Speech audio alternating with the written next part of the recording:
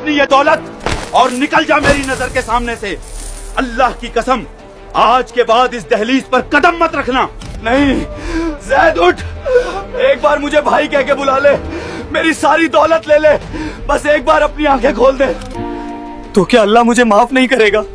क्या आप जानते हैं शब बारात वो रात है जब अर्श पर वो कलम चलती है जो तय करती है कि किसका नाम जिंदा लोगों की लिस्ट से काटकर मुर्दा लोगों की लिस्ट में डाल दिया जाए। अरे भाई, शेरवानी तैयार रखना, ईद के बाद मेरी शादी है, धूमधाम से बारात निकलेगी। लेकिन इंसान नहीं जानता कि सातवें आसमान पर सिदरतुल मुंतहा से एक पत्ता गिर चुका है जिस पर उसका नाम लिखा है। ऐ अल्लाह, हुक्म की तामील होगी, इस साल ये रूह मेरे सुपुर्द की जाएगी। अफसोस कि उसका कफन दुकान पर आ चुका होता है और पहनने वाला अभी भी गफलत की नींद सो रहा होता है। लोग कहते हैं ये रात हलवे और पटाखों की है, लेकिन क्या वाकई आज मेरी मौत का फैसला होने वाला है? जी हाँ, आज की रात आपकी उम्र, आपका रिज्क, आपकी बीमारी और आपकी मौत सबका बजट फाइनल कर दिया जाएगा। तो क्या मेरा नाम उस लिस्ट में है जो अगले साल ये चांद देख पाएंगे? आज हम उन 3 रजिस्टरों का राज खोलेंगे जो शबे बारात को खोले जाते हैं और जानेंगे कि वो कौन से 2 बदनसीब लोग हैं जिन्हें आज की आम माफी की रात भी माफी नहीं मिलेगी। ये दास्तान है उस रात की जब किस्मत के फैसले जमीन पर उतरते हैं। ये बात है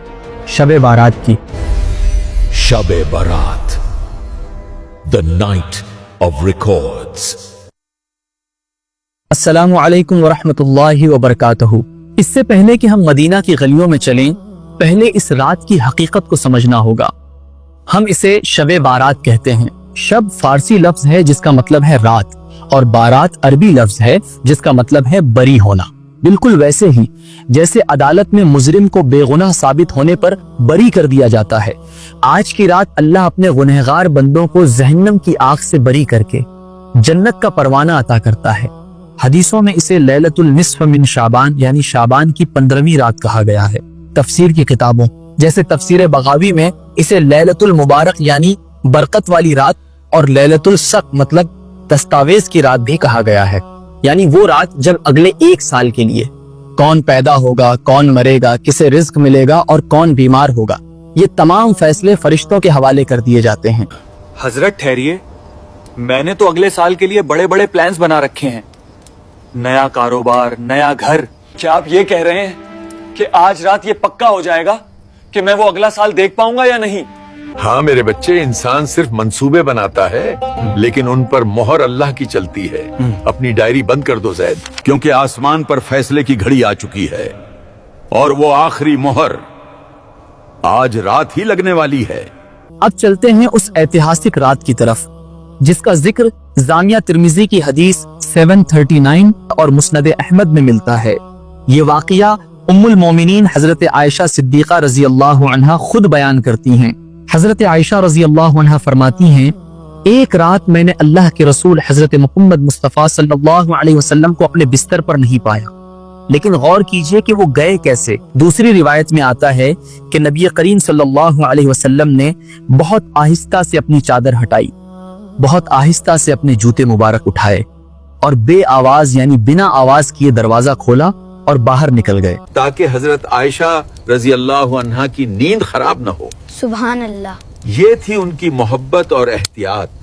हजरत आयशा रजी अल्लाह अन्हा की आंख खुली और दिल में एक इंसानी ख्याल आया, क्या अल्लाह के रसूल किसी और जौजा यानी पत्नी के पास तशरीफ ले गए हैं? इसी बेचैनी में वो भी चुपके से उनके पीछे निकली। वो नबी करीम सल्लल्लाहु अलैहि वसल्लम के पीछे पीछे चलती रहीं, यहाँ तक कि आप सल्लल्लाहु अलैहि वसल्लम मदीना के कब्रिस्तान जन्नतुल बकी पहुंच गए। वहां अंधेरे में 2 जहान के सरदार अपने हाथ आसमान की तरफ उठाए खड़े थे। हजरत आयशा रजी अल्लाह अन्हा फरमाती हैं कि वो काफी देर तक दुआ मांगते रहे। फिर जब नबी करीम सल्लल्लाहु अलैहि वसल्लम वापस पलटे तो हजरत आयशा तेज कदमों से वापस घर आ गईं और अपनी सांसें दुरुस्त करने लगीं। जब नबी करीम सल्लल्लाहु अलैहि वसल्लम कमरे में दाखिल हुए तो उन्होंने देखा कि हजरत आयशा रजी अल्लाह अन्हा की सांसें फूल रही हैं। आपने मुस्कुराकर पूछा, ऐ आयशा, क्या तुम्हें डर था कि अल्लाह और उसका रसूल तुम्हारे साथ नाइंसाफी करेंगे? हजरत आयशा रजी अल्लाह अन्हा फरमाती हैं, या रसूल अल्लाह, मेरे माँ बाप आप पर कुर्बान, मुझे लगा शायद आप किसी और अहलिया के पास तशरीफ ले गए हैं, तब नबी करीम सल्लल्लाहु अलैहि वसल्लम ने इस रात का राज खोला। आपने फरमाया, ए आयशा, बेशक अल्लाह ताला शाबान की 15वीं रात को आसमान दुनिया पर नुज़ूल फरमाते हैं और इस रात अल्लाह मेरी उम्मत के इतने लोगों को जहन्नम से आजाद कर देता है जितने बनी कल्ब की बकरियों के जिस्म पर बाल हैं। दोस्तों, यहाँ बनी कल्ब का जिक्र क्यों आया? क्योंकि उस दौर में अरब के अंदर बनी कल्ब कबीले के पास सबसे ज्यादा बकरियां थीं। आप एक बकरी के बाल नहीं गिन सकते, तो हजारों बकरियों के बाल कितने होंगे? ये एक मिसाल है कि आज अल्लाह की रहमत का कोई हिसाब नहीं। आज रहमत बहाने ढूंढ रही है, लेकिन याद रहे ये आम माफी सबके लिए है, सिवाय उन 2 बदनसीबों के जिनका जिक्र हम आगे करेंगे। लेकिन ठहरिए, जज्बात में मत भइए, हदीस के अल्फाज बहुत सख्त हैं। इस आम माफी के ऐलान के बावजूद आज की रात कुछ ऐसे बदनसीब भी हैं जिनकी तरफ अल्लाह नजर करम नहीं फरमाएगा। जैसे सही इब्न हिब्बान में आता है कि अल्लाह फरमाता है, मेरे तमाम बंदों को माफ कर दो सिवाय 2 लोगों के। वो कौन है? पहला मुशरिक और दूसरा मुशाहिन। मुशरिक तो हम समझते हैं जिसने अल्लाह के साथ किसी और को शरीक किया, उसका तो इस रात से कोई हिस्सा नहीं।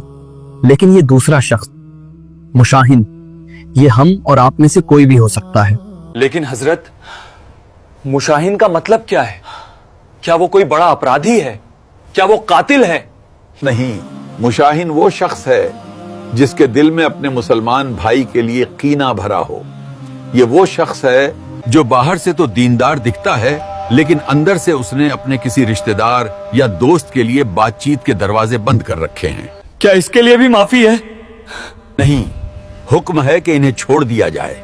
जब तक ये आपस में सुलह न कर लें, इनका नाम लिस्ट में शामिल नहीं होगा। अल्लाहु अकबर। सोचिए जरा, आप पूरी रात नफिल नमाजें पढ़ें, कुरान पढ़ें, रो रो कर दुआ करें, लेकिन अगर आपके दिल में अपने भाई, अपनी बहन या किसी रिश्तेदार के लिए नफरत है तो आपकी फाइल को मुअल्लक यानी रोका हुआ कर दिया जाएगा।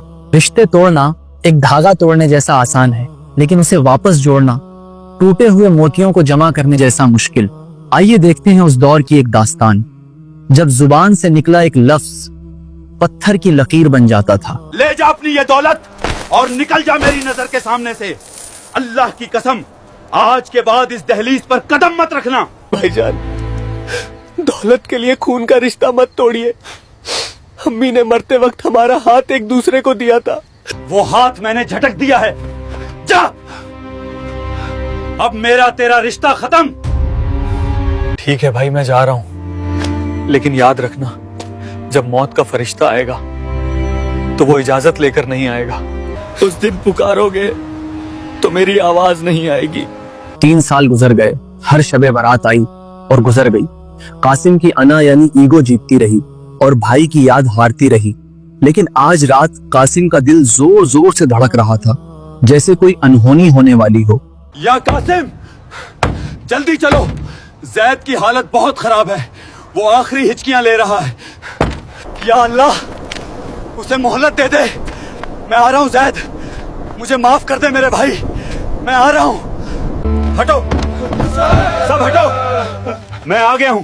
जैद, आंखें खोल, देख तेरा भाई आया है। सबर करो कासिम, इन्ना लिल्लाहि व इन्ना इलैहि राजिऊन।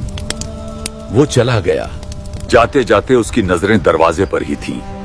वो तुम्हारा नाम ले रहा था, लेकिन तुमने आने में थोड़ी देर कर दी।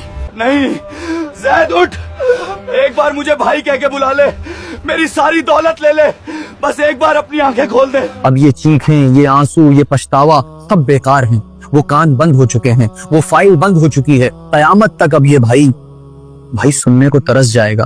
कासिम ने तो देर कर दी, लेकिन आप, हाँ, आपकी सांसें अभी चल रही हैं, आपके पास अभी वक्त है। शैतान आपको रोकेगा, वो कहेगा कल सुबह चले जाना, बाद में देख लेंगे। लेकिन याद रखना, मौत का फरिश्ता कभी भी दस्तक दे सकता है। इसी वक्त अपनी अना का गला घोट दीजिए और अपने उस रूठे हुए रिश्तेदार के पास जाइए या उन्हें पैगाम भेजिए, इससे पहले कि अल्लाह हमें बुला ले। इस्लामी उलमा और इमाम गजाली जैसे बुजुर्गों के मुताबिक आज की रात इंसान के आमाल 3 अलग अलग रजिस्टरों में देखे जाते हैं। 3 रजिस्टर? हजरत, क्या मेरा नाम बदनसीबों में होगा? शेख ने उसकी तरफ देखा और पहले रजिस्टर की तरफ इशारा किया। पहला दफ्तर दीवाने मशहूद है। ये वो रजिस्टर है जिसके लिए अल्लाह के दरबार में नो एंट्री का बोर्ड लगा है। बेटा, ये शिर्क करने वालों की किताब है। अल्लाह फरमाता है इस पन्ने को मत पलटो जब तक ये बंदा दोबारा कलमा न पढ़े, इसके लिए जन्नत हराम है। अगर आपका अकीदा साफ है और आप अल्लाह को एक मानते हैं तो मुबारक हो, आप इस काले रजिस्टर से बच गए। लेकिन दूसरा रजिस्टर वो है जिसने बड़े बड़े इबादत गुजारों को भी फंसा रखा है। ये है हुकूकुल इबाद का रजिस्टर। किसी का दिल दुखाया, किसी का हक मारा या किसी की चुगली की, यहाँ अल्लाह अपनी रहमत के दरवाजे बंद कर लेता है। तो क्या अल्लाह मुझे माफ नहीं करेगा? नहीं, अल्लाह कहता है ये मामला तेरे और मेरे बीच का नहीं, ये तेरे और उस बंदे के बीच का है। जा, पहले उससे माफ करा, तभी मैं अपनी मोहर लगाऊंगा। जरा सोचिए, आप यहाँ सजदे में रो रहे हैं और वहाँ आसमान में आपकी फाइल पर पेंडिंग लिखा जा रहा है, सिर्फ इसलिए क्योंकि आपने किसी इंसान को नाराज किया है। और आखिर में खुलता है तीसरा दफ्तर, दीवाने रहमत। ये आपकी और अल्लाह के बीच की राजो नियाज है। घबरा मत, अगर नमाज में सुस्ती हुई या कोई गुनाह हो गया तो ये वो दफ्तर है जिसे अल्लाह हवा के झोंके की तरह माफ कर देता है।